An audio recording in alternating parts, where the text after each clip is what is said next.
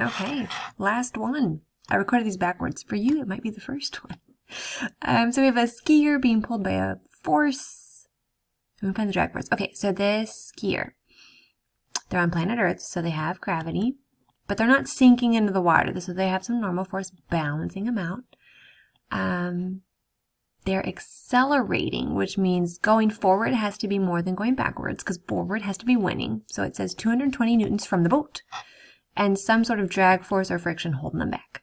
And they want to know, what is the drag force?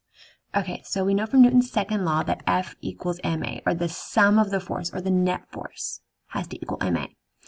So the force is 220 minus the drag force equals ma. The mass is 80 and our acceleration is 1.8. One equation, one unknown, we can solve this. So 220 minus F drag equals 80 times 1.8. That's 144.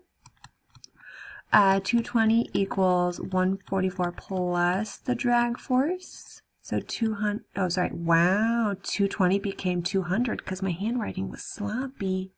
Don't let this be you. 220 minus 144 equals the drag force. So 220 minus that. So 76 newtons is the drag force.